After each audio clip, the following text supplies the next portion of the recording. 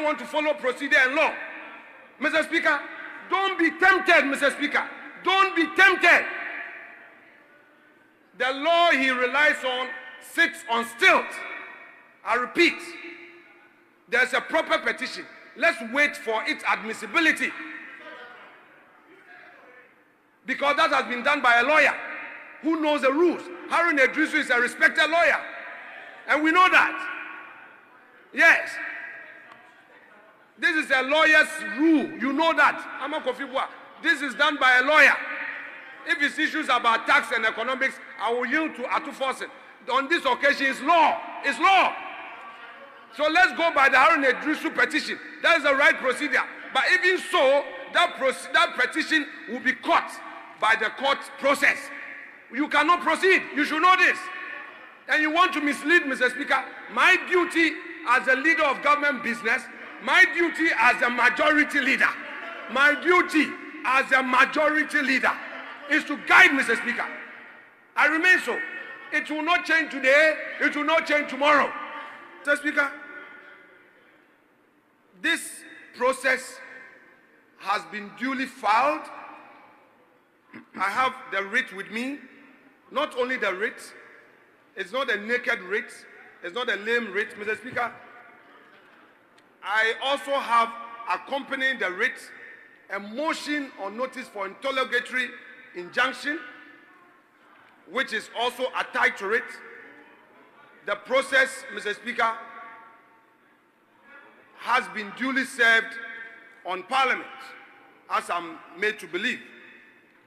Mr. Speaker, I am of the view that this is not a matter that anybody can just get up and say that by virtue of a member filing a process to say that I am going to contest in a future election as an independent candidate, automatically I have lost a seat.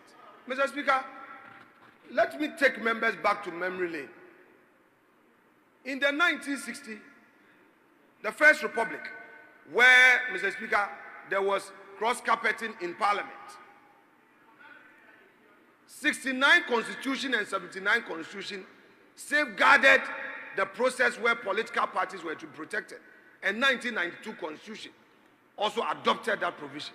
Mr. Speaker, it is therefore important for members to understand that practically you cannot say that once a member belongs to a caucus and has not resigned his membership of the caucus, the mere fact that he has filed to participate in future elections and a different ticket, he is caught by a certain provision of the Constitution. Mr. Speaker, I hold my view. I've heard other views contrary to this. That is the more reason why we require patience for this matter to be properly determined by the courts.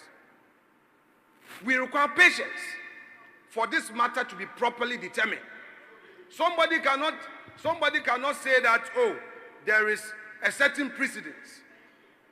So relying on that precedence under Order 93, Mr. Speaker should just make a declaration. Mr. Speaker, this application, so-called, is leading you into a certain valley of confusion. It's a trap being set for Mr. Speaker for his long years in legal practice. Yes, because you simply want Mr. Speaker to make a declaration which will have far-reaching consequences. In any event, a man must be heard. The rule, all the ultram partem rule, the rule is clear. A man cannot be brought to judgment unless he's been heard.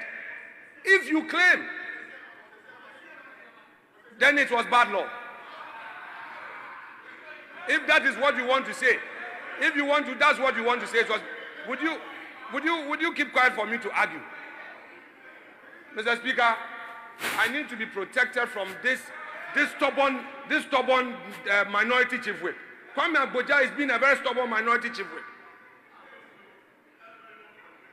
Yes. A man must be heard. It doesn't matter. You've been there before. Mr. Speaker, a man must be heard. The individuals whose matter is being raised are not in this chamber. They are not here. And your party member, your party has no petition. Have you, as General Secretary, written any petition that you've sacked him? And then he's not here. Even if there's a letter from the General Secretary that Honorable Aka has been sacked from NDC, he has to be heard. He has to be heard. A man must be heard. The rule is that if all men find a man's hand in a tail, his guilt must still be proven.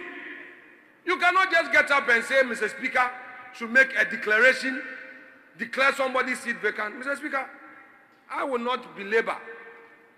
I've put out the preliminary issues. I have also faithfully explained to you the processes before the Supreme Court of Ghana on this matter. Mr. Speaker, I have also submitted that there is a petition before you. And Mr. Speaker, the Haruna Idrisu petition, if you look at it, it means that you are supposed to refer the petition to Petitions Committee. What they are doing, they just want a short circuit. And that is what Honorable Ato Forson is trying to do. Dr. Forson, this is law. This is not economics and taxation. You should know this. The lawyer has filed a petition, and you are using backdoor to create confusion. You want to mislead Mr. Speaker. That's what you want to do. That is what you want to do, Dr. Forson. That is what you want to do. The lawyer in Haruna Idrisu has invoked the proper procedure. You just got up, you want to short circuit by saying Order 93-1. Who told you it is Order 93-1 that you have to use? He has used the proper procedure. Wait for Mr. Speaker to admit. And then upon admission, we proceed on the rule. Even so, the petition will be caught by the court process. Mr. Speaker, it cannot be. Mr. Speaker, they want to mislead you to truncate our democracy. Mr. Speaker, you've been part of this democracy since 1992. Mr. Speaker, through your experience, you got elected as Speaker of Parliament. Mr. Speaker, this is a moment for you to make history, to defend this democracy. Mr. Speaker, not to subject yourself to the whims and caprices of desperate minority leader. Mr. Speaker, don't be led into temptation. I rest my case without more.